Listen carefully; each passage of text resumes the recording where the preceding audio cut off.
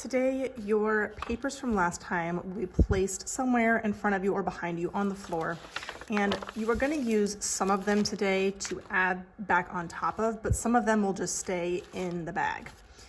Today, we are going to be doing different centers involving the art form of printmaking. Printmaking is essentially kind of the art of copying. If you paint your hand and then put it on a piece of paper, you have made a hand print. You've made a copy of your hand.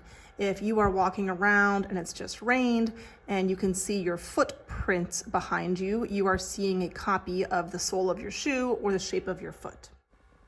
Everyone will be doing the same station for their first station. You are going to get a piece of styrofoam. It's very thin. You only get one.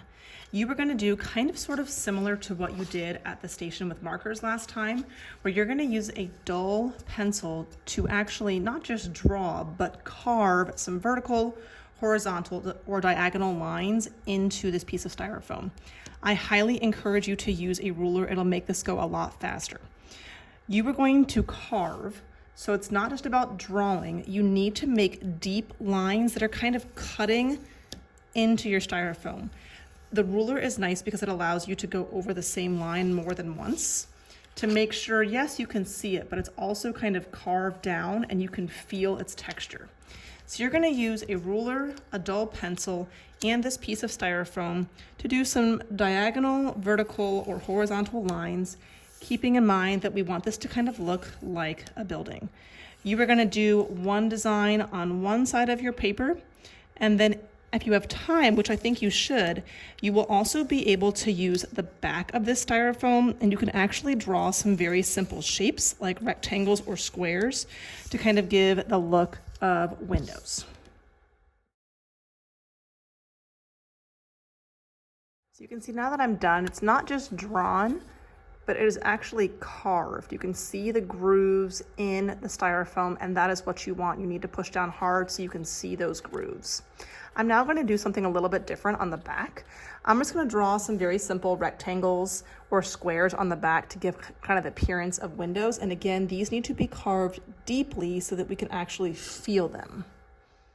Again, when you are drawing these shapes, you need to be pressing hard and probably going over the shape more than once to make sure that your lines are carved nice and deep. If you don't have time for the back side, don't worry about it. You just need at least one side done. When you move to the next station, you will use your printing plate to make some prints. You are going to choose colors that are in your color scheme. So for me, it was like greens and yellows. So I'm going to choose some greens and yellows. And what you're going to be doing is coloring the styrofoam. Now, when you do this, what you are going to try to do is you don't really want to use the tip of your marker. You don't want to make more kind of grooves. You almost want to use it kind of holding it on its backside, on its edge, because you're trying to color kind of quickly, add lots of color. And again, I don't want to use the tip and make these really, really small kind of lines. I want to use the edge so I can get lots of color all over the printing plate to start. And you can use all one color for the first time maybe. And you do want to make sure that you go all the way off your edges.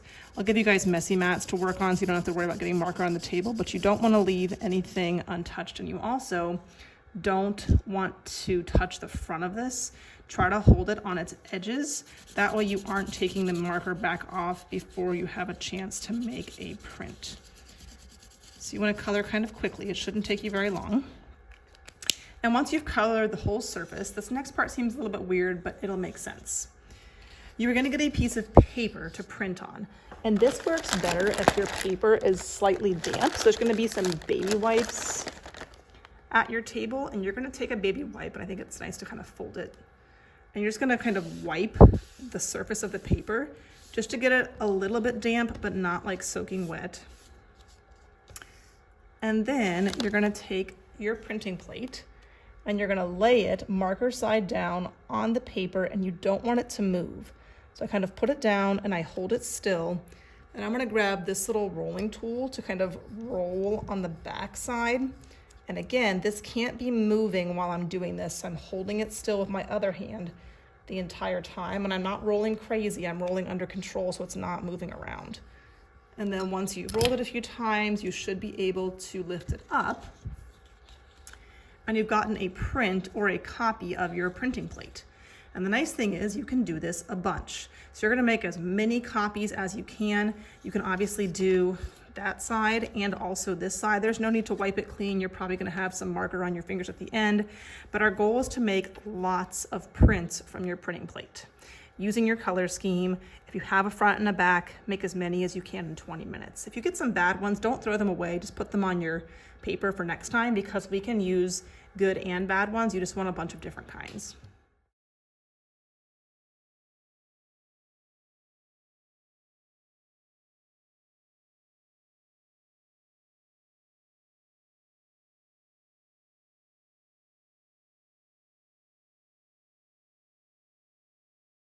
For the final printmaking station today, you are going to need some papers that you made last time.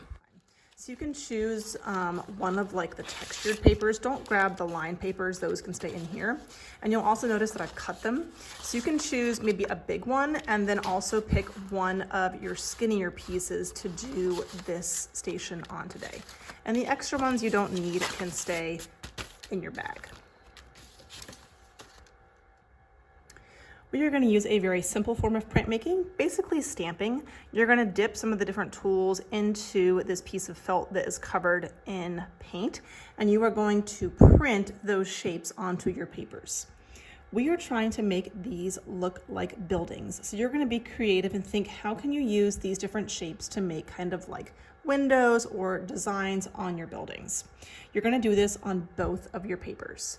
So there's no wrong way to do this. My only suggestion for you is that in order for this to be successful, you really do need to dip into this little felt square almost every single time. So if I'm doing kind of this square shape, I'm going to dip it and then print it or kind of stamp it onto my paper.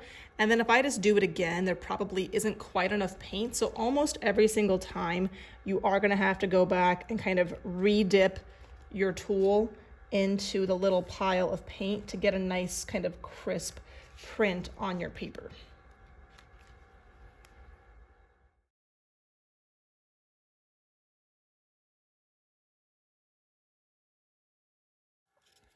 Whenever you are done at the kind of stamping or printmaking station, make sure to put things back as neatly as you can.